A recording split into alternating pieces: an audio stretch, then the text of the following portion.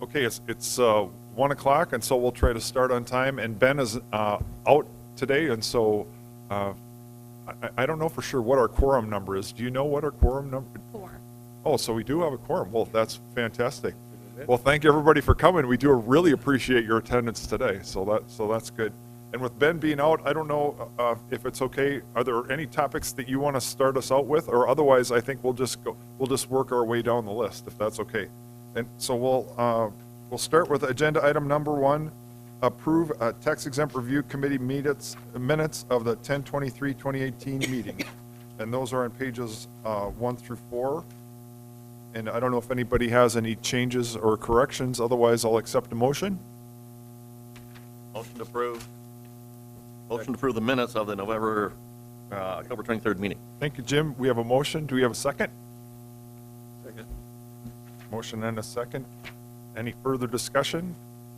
All those in favor say aye. Aye. Aye. Opposed, same sign. Motion carries. Number 2, review and approve changes to the pilot and TIF policies and downtown housing incentive area map. And Jim, maybe you want to start us out with that. Yeah, maybe first in summary, what we've done here and working with Ben is we've taken all our kind of policies that relate to the Tax Exempt Review Committee and tried to get them into one document.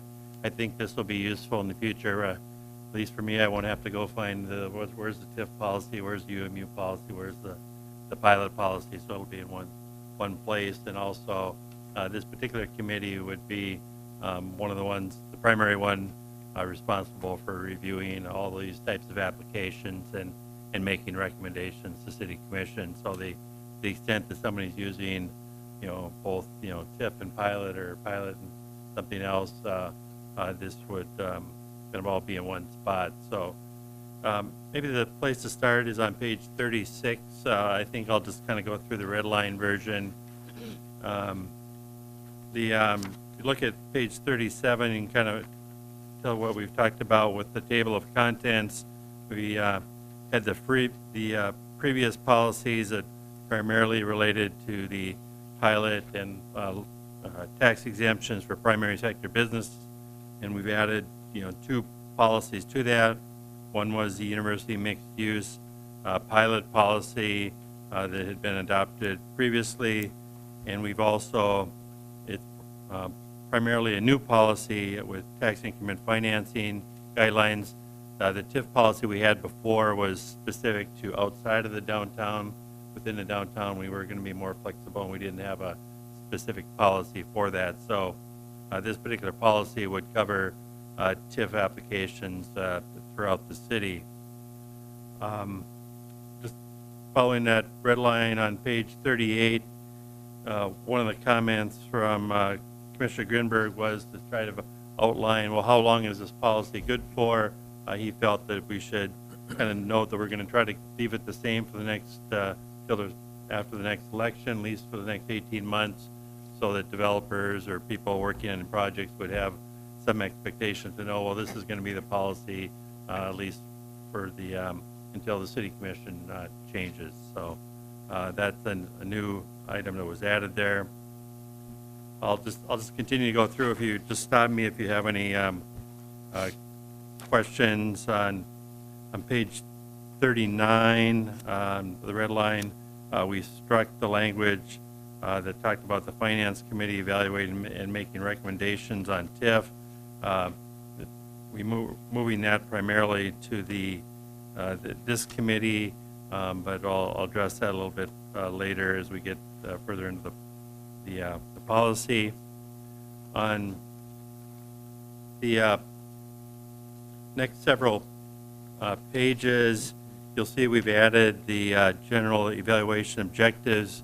We've added the language that this is for job creation and retention projects, because the previous pilot policy focused almost exclusively on that. And so this helps create that distinction between the scoring for job creation projects versus the scoring for a TIF plan or a housing project. So you'll see that on pages 40, 41, all the way through page 44. Jim? you don't mind a question? So just that heading, job creation and retention projects, there have been some projects that have come before this committee that have been expansions of existing businesses that, because of automation, haven't necessarily created jobs. Is that a piece that's sort of missing, or is it really just incidental in effect to the policy? I think it's kind of incidental. I think some of those, when they're involved in automation, they're probably falling under that category of retention, where we're retaining jobs by, supporting automation. That's how I'd see it. The other retention might be is if a company was considering leaving the city, and because they're going to move to a different, needed a larger plant, needed more equipment, we're thinking about leaving, and we want to try to retain those jobs in the community. We could consider those pilot applications also.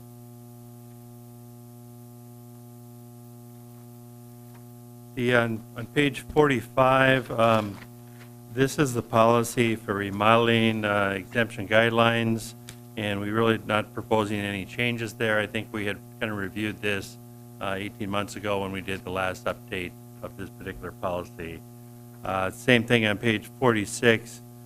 This is the policy that has for the construction of new residential homes. This was reviewed again 18 months ago and didn't change, and so just note that that's the same in this particular document. These on page 47, I think this is more, again, kind of dealing with the primary sector heading, that standard exemption. The other thing that Ben added was to note that both the new and expanding industry exemption and the payment in lieu of taxes, he added that because in some ways these exemptions are interchangeable. The new industry can only be 5 years, and if we go longer, it needs to be a pilot.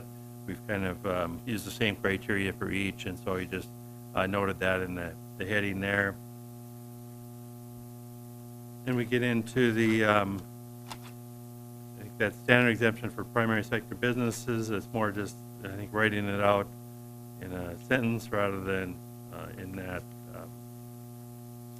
title block. As we get into bottom of page 47, this is a change, and we've talked about this before, is for new apartment buildings within the downtown area plan area, and you'll see that that map was also amended, but the previous policy was that you would have 100% exemption for the first 5 years and a 75% exemption for the next 5 years. But there was no but-for test. This changes that. It's based it on a but-for test, but the first 5 years could still be 100%, but it opens the door to years 6 through 15, actually an additional 5 years, but at a rate based on what that but-for test would be. And we've talked about examples where we might start off at like 90% and gradually go down to 10 or something, rather than just having that fixed 5 year. And again, so it allows people to submit an application kind of based on what they feel it's needed to make their project feasible, and then we would have our financial reviewers look at that and determine whether or not that was a valid request. The next has to do with the policy for lower income households, and you'll see, I think on upcoming pages, a lot of the language striked on that. And what this says is that if it's lower income apartments, that we're open to 100%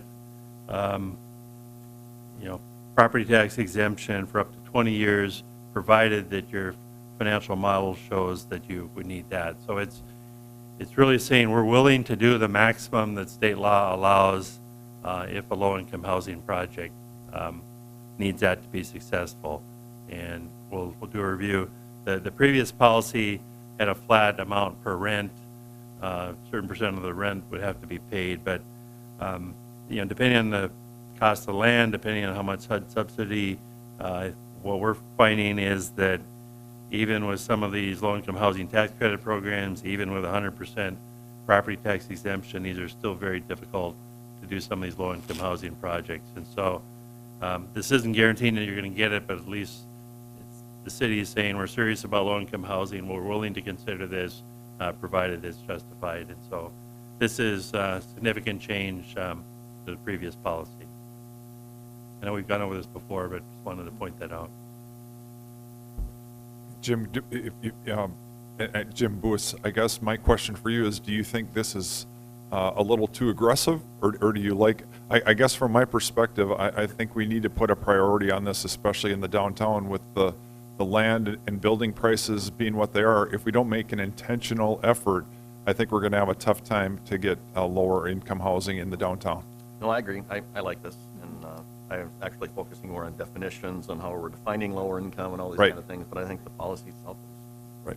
pretty I don't know if anybody else has any comments or questions about that, but I do like the definition too, Jim, Jim Gilmore, that you're actually, you're defining what is lower income, what is affordable housing, and so I think that's also a good thing, because to different people, that term would be different, so thank you for doing that. And I apologize for the two Jims sitting next to each other, that's my, that's hard on somebody like myself, so sorry about that. Go ahead. Again, I think these, the next one, again, we're just adding in payment in lieu of taxes towards, back to page 48, noting that it's not just a new industry, but pilot, and again, just kind of more rephrasing rather than using a kind of a title block. And then you'll see on page 49, that was sort of the previous policy on low-income housing tax credits, where we kind of stricken that and allowed ourselves to be more flexible. Can I ask you a question there, Jim? So basically what you're doing, what you removed is kind of, has been addressed now with some of the other things like on page 48 at the top. Is that correct? Would that be a good summary of that? Saying Yes. that basically by eliminating that, it's been basically addressed in a different way. Yeah, I think we're allowing ourselves a lot more flexibility to do what's needed to create some low-income housing. Thank you. We get on to page 51. This is, you'll just see it's all red line because we've dropped it into this document, but the, probably just a couple changes here I should point out from our last meeting is one of the objectives we added that was suggested by the developer to, to create attainable housing options, trying to not just, the lower income, but something for more of the working people or someone that's making more of a middle income. That was also important. The other change within this policy was policy 5 that had to do with land acquisition. We had previously changed the TIF policy on what's eligible for land acquisition, and so this policy now mirrors what's in the TIF policy. Not much change in the ERC mixed use policy from what we had previously, other than those two notes. Can I ask you a question there, Jim? So this whole thing about land acquisition and what you talk about there, but that's just for the UMU in that area, correct? Yeah, it's very similar for the TIF, and I guess the change in philosophy here was that the previous policy said that we didn't want land acquisition to be more than 50% of the assistance. This removes that requirement, and we really look at the but-for test, because in some cases, if that was the primary need and it was more than 50%, we're open to that. The other two policies are the same. Okay, thank you. And I guess this is just editorial comment. I think part of the concern was that developers weren't passing on or paying higher prices for land than they should, and then passing it on and trying to get the city to reimburse them. That was part of our concern. I don't know if anybody. That's exactly right. I think we recognize that someone might have to pay more above market, but only up to a certain level, and so you don't want a city policy to encourage someone paying far more than what the market value is, knowing that they're going to get reimbursed by the city. So there's sort of, if you're 50% over, that's about the most we're willing to help you. Okay, thank you. On page 57, we get into the tax increment financing policy. You know, we've spent a lot of time on this, and I guess there's unless there are questions, I wasn't going to go through it in great detail, but just a summary on page 57, we sort of, part of this, it's a reformat of the last policy. At first, we talk about what our policy purpose is, you know, what we're trying to achieve. Then on page 58, we get into some specific policies on what's acceptable and what isn't. Again, these aren't, we kind of went through these before. I know one thing we've had a lot of kind of this discussion on is on page 62. Maybe we've never really come to resolution on this, but it has to do with a post-project review. The second paragraph simply states that on large scale projects, the city may require a future review. So the policy isn't that we're always going to or try to define large, but it at least alerts people that you know, perhaps on a very large project, we might look at some post-project review. And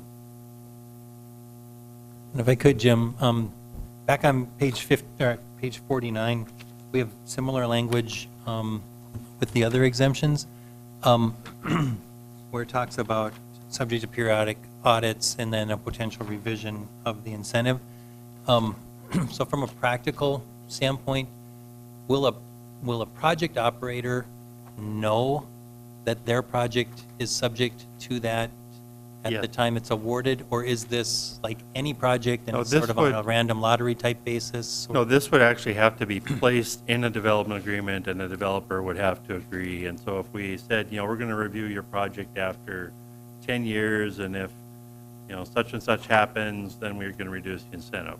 And so it would have to be spelled out up front, and the developer would have to be, you know, comfortable with that. As far as the other one on the job review, that's something we require now, so that if someone says, yeah, I'm going to create 100 jobs, and then, you know, they create 10, then we can actually bring them back here. And again, that's in the development agreement. They can explain why they didn't, you know, meet that goal, and is there a reason that was beyond their control, or was it that, you know, they didn't make a proper attempt to do that? Okay. I had a question on that same comment. It says it's being audited for employee counts. Isn't it being audited for the but-for as well? Did you say we're adding but-for on some of these? So the employee count is old language from the old policy. Wouldn't the new language have to be that we're auditing before the but-fors, or we may? Well, I think there's kind of two different audits here. There's on page 49, we're referring to going back and making, you know, if you came in and said we're going to create, again, 100 jobs, we'd be going in and saying, okay, did you really hire 100 people? And if not, why? On policy 17, the first paragraph, you know, is in the development agreement, so that if we say to a developer, we're going to give you $100,000 to clean up rubble and substandard soil, and then we do a review at the end, well, if it only costs $90,000, then they're only going to get $90,000 in assistance, and that's spelled out in the agreement. So there's that post-project review on actual costs that are eligible. The second part is more of a financial performance review that, admittedly, that policy, it's saying we might do it on a really large project, but if we do it, yeah, it's going to have to be all spelled out in a development agreement. The city just can't come in to a project that, you know, we didn't tell somebody about and say, oh, we want to see your books now and we want to take back some of the incentive. We're not doing that. I hadn't thought about this until Kent just brought that up, but like in the policy, the one would be covered by page 49, with the apartments, for example, they don't have an employee count, but they have a but-for test. So with this language, the way it's written here, this would really then only apply to those job-creating Right. applications. So there would be no planned reviews of the apartments that, Well, you could, you know, let's say there's a condominium project and, you know, the developer agrees that if if my condominiums sell at this level, I won't get all the assessments, but if I have to sell them for less, then I get, a bigger return on the TIF money. So that might be the case where there's a post-project review where a developer might be comfortable saying, well, if I can't sell these, then, or if I sell them for a lot more than I expected, then the city will get, have some benefit.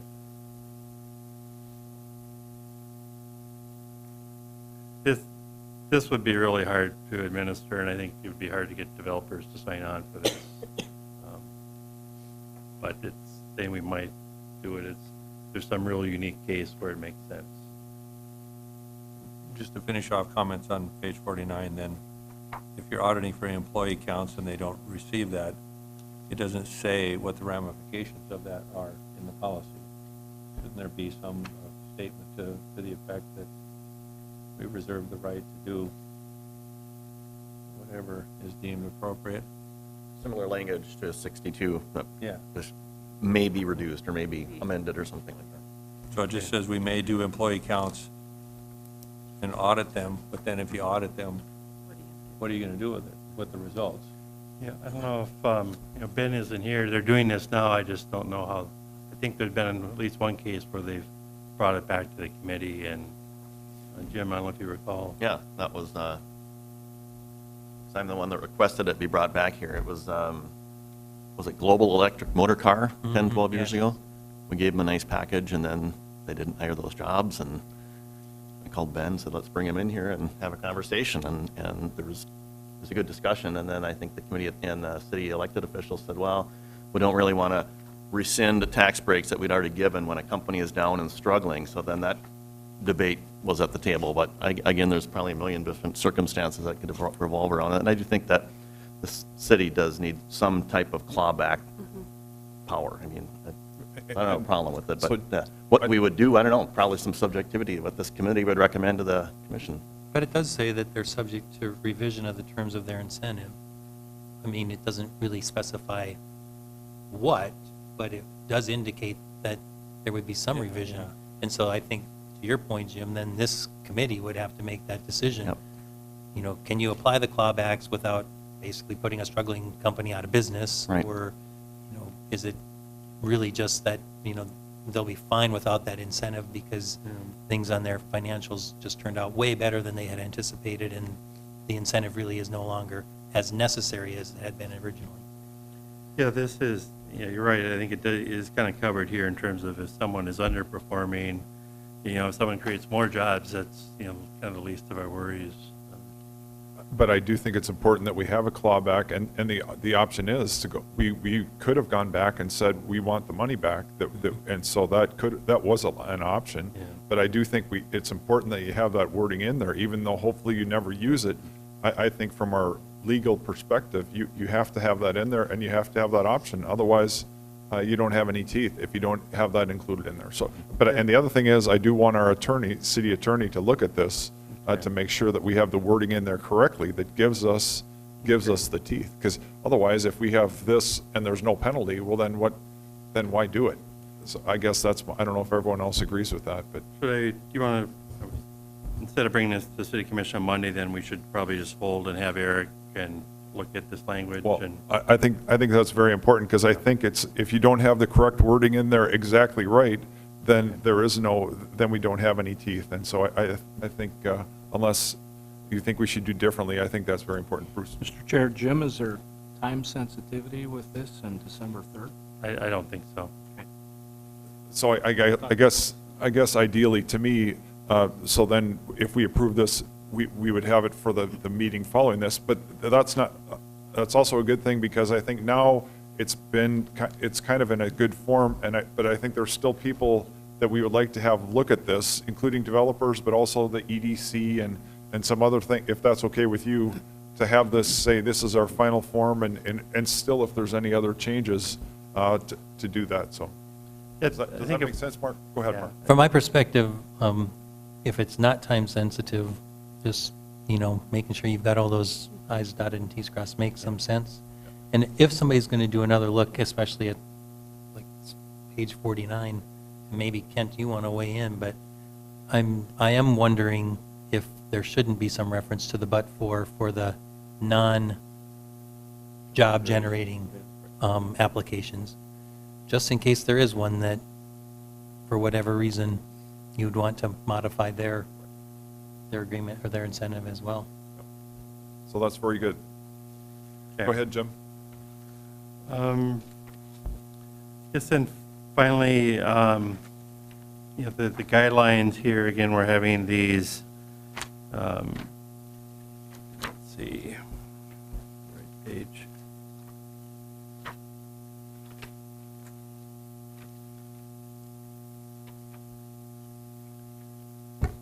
So the page 63 talks about the process, and really there's going to be kind of two different types of requests for TIF assistance.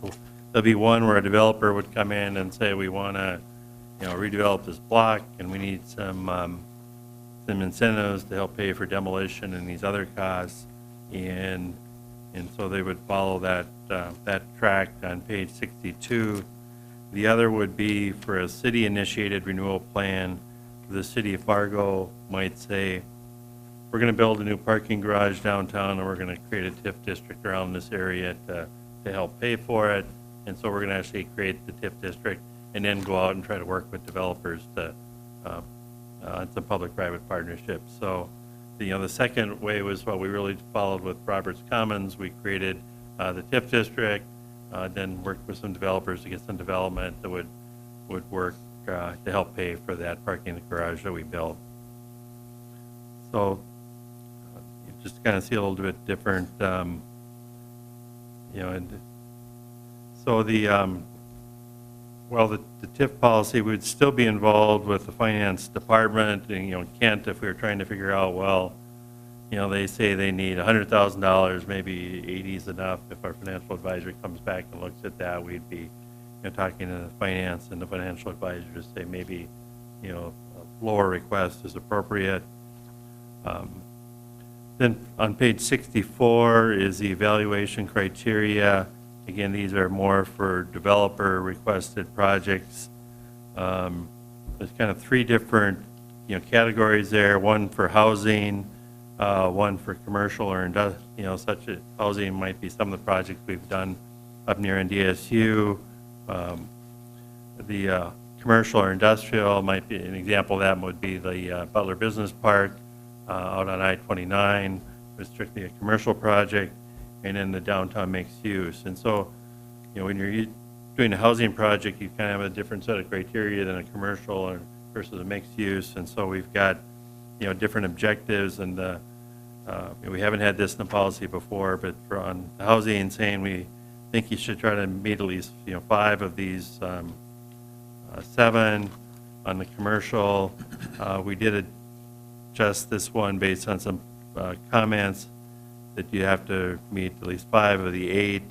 There were only 7 before, but we added the other criteria that if it's a high-quality design, that would be another kind of check mark. If you hit that box, you could qualify. And then the downtown mixed use would be 7 of the 11. The other edits in here was that there was one of the criteria is, you know, sidewalks, bike trails, and transit stops. The question was, does it have to be all of them? And so we actually changed that criteria to has to meet at least one of those criteria. So. Jim, I had a question on page 63, item number 4, when you talked about a finance department and finance committee review. I thought we were going to make this a more streamlined process and run all of these approvals through this tax-exempt committee. Yeah. Didn't we have that discussion a couple meetings back, so that we don't have this multi-layering of approval process, that the tax-exempt review committee would be the reviewer and arbitrator, if you will, of those assistance packages in the but-for?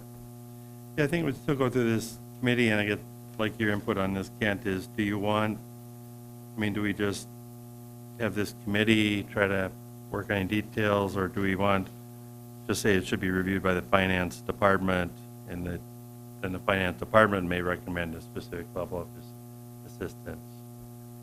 Well, I mean, the protocol is hire the advisor to do the analytical review and produce a report.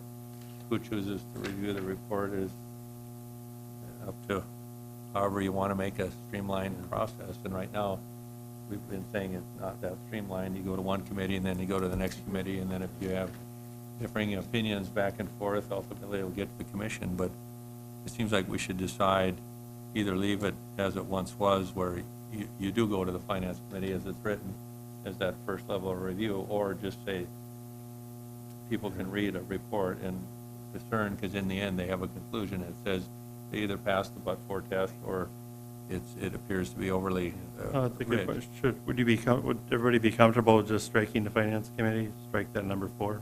Yes. Yes. But leave the finance department in? Ken? No, We could do that if you want, yeah.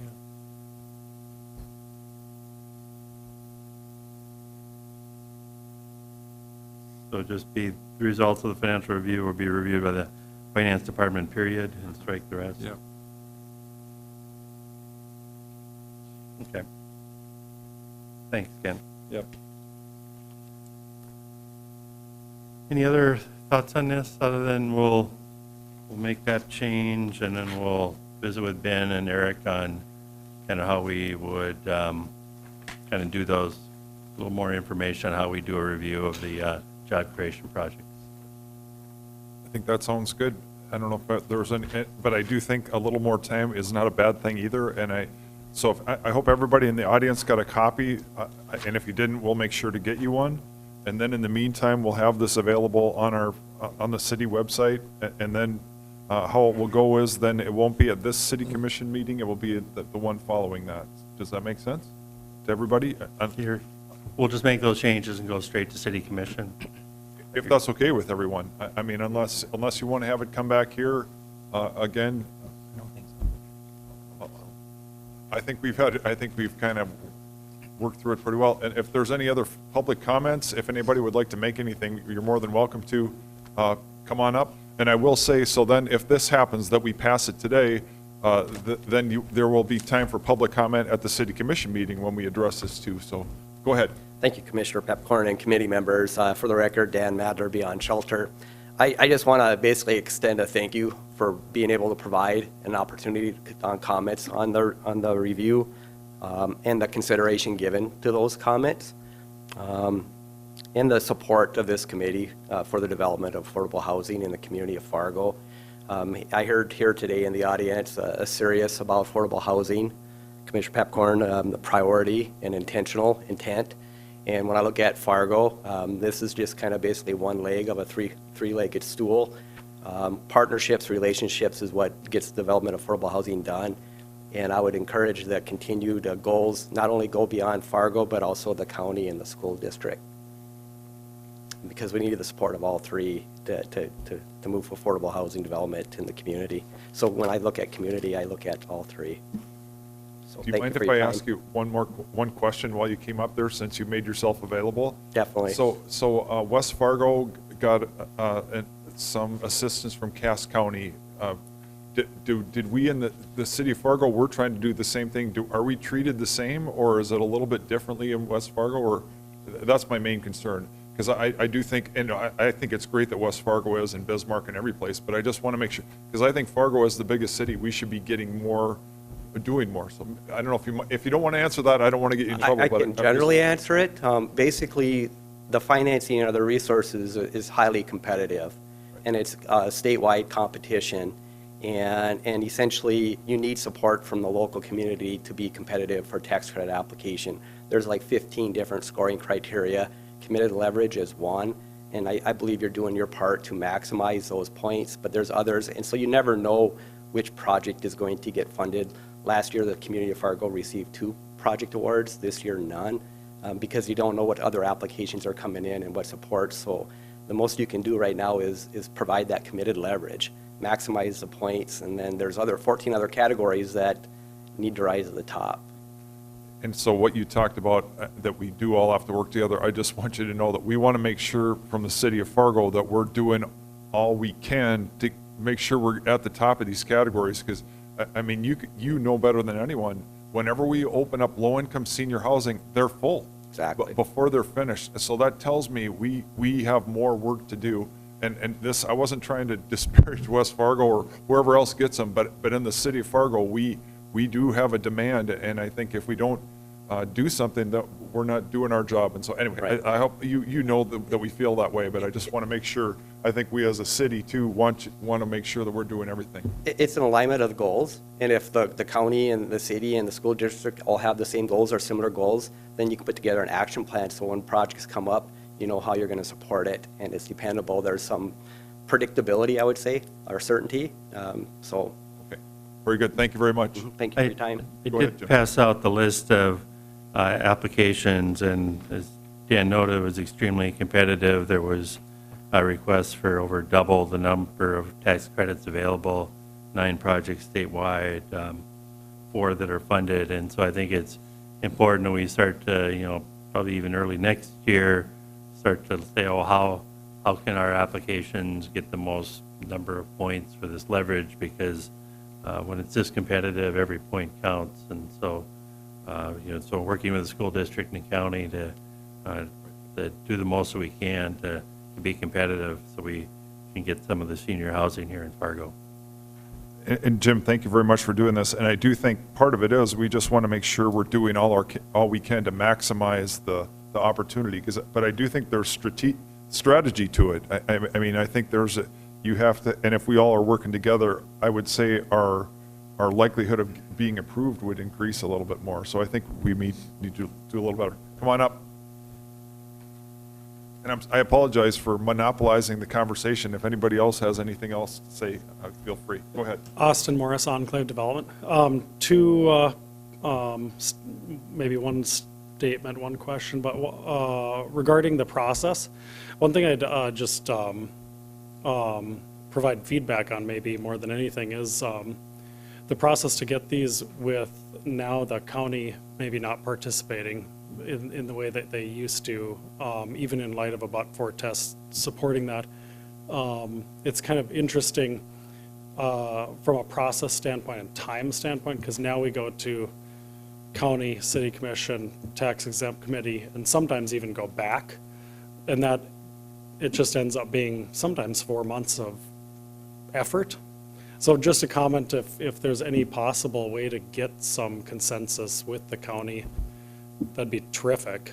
And Austin, I would say we're working on that. Yep. We're trying to make this more efficient, and Yep. I think that's what we're trying to do. But on the flip side, it's like we have to make sure that we proceed and are very careful and methodical. So it's Yeah. a challenge, but I do agree with your, and the other thing, what we're trying to do is with a large project, then we would have us all meet together. I mean, that's the other potential thing. And so I Yeah, do. that sounds great. Can I ask, did you get one of these, Austin? Yeah, I think Jim might have sent it by email. Yeah. So, and then the second item, actually, Dan may have comment on this, is when we look at the affordable housing, and as I've said in meetings, we haven't done an affordable housing project, but we'd like to be either partner with the Beyond Shelter, LSS, or somebody, and help in any way we can, especially downtown. But the rhetoric around affordable housing has typically been lately the competitive tax credits. I think one thing just to think about in talking with the North Dakota Housing Finance Agency, and Dan has more background on this, they told me that they haven't, in the last, I don't know how many years they said, 10 years or something, had a affordable housing tax credit project from the ground up utilize the 4% credit, the non-competitive. So I look at that as an opportunity area, because there is a way within the census tract and potentially with city partnership, so that we don't always every year go, well, there's only 4 awarded, Fargo didn't get any. So I would just think about that, and I think Dan would be an awesome resource for that too, is there a way to make a 4% credit work downtown or outside of downtown, and have it actually pencil out? So, And I appreciate that, and I guess what I would like to have us do is maybe meet as a small group and try to get something like that going, because I think looking at other alternatives, that's a good thing. So, Yeah. Jim, do you have any comments about that, or? No, I think we'd certainly like to continue to work with Austin and Beyond Shelter to see if we can make that work. Because you're right, the way it is now, there's 4 projects a year, statewide, 40 units each. That's not going to address our low-income housing needs. No, and then the other item that's kind of interesting in analyzing it, and again, Dan would have more background on this, is when we analyze LIHTC projects outside of a specific census tract, including South Fargo, if it's not within an area where we can get more points, there's really no way to make a 4% work unless it were a acquisition of an existing, say, 36-plex built in the 70s, and you're doing more of an adaptive reuse. So I would just say from a city standpoint, from a partnership standpoint, it'd be awesome to figure out how can we work together to make them pencil out, not necessarily from a profit motive perspective. We're not looking for how can we make this lucrative. We'd love to be able to do a 4% project every year in the areas that make sense. So, thank you. Thank you very much. Any other comments? Otherwise, we will take action. I guess I would like a motion to approve if we're ready for that. So that'd be contingent on those 2 changes. Yes. The one Ken mentioned, as well as the clarification of how we're reviewing the jobs. I'll Correct. motion to approve with the pending changes. And do we have a second? Second. Any further discussion? Bruce? Jim, in what format do you plan on taking this in front of the city commission? It's been a big topic for a couple of years, and it Yeah. might be information needed in the upcoming legislative session too, so I just wondered how formal we think this ought to be presented. It's going to require some time, don't you think? I think we'll try to walk through the policy and kind of what our overall objectives are in the specifics. So, we'll probably try to spend a little bit of time at the city commission meeting on that. If Dave, if you and the mayor have any suggestions on that, please let me know. Any other discussion? Thank you, everybody, for all your hard work. This has been it's been a long process, and it's very important for the future of our little town. All those in favor say aye. Aye. Aye. Opposed, same sign. Motion carries. Thank you, everybody, for coming. Have a good afternoon. We are adjourned.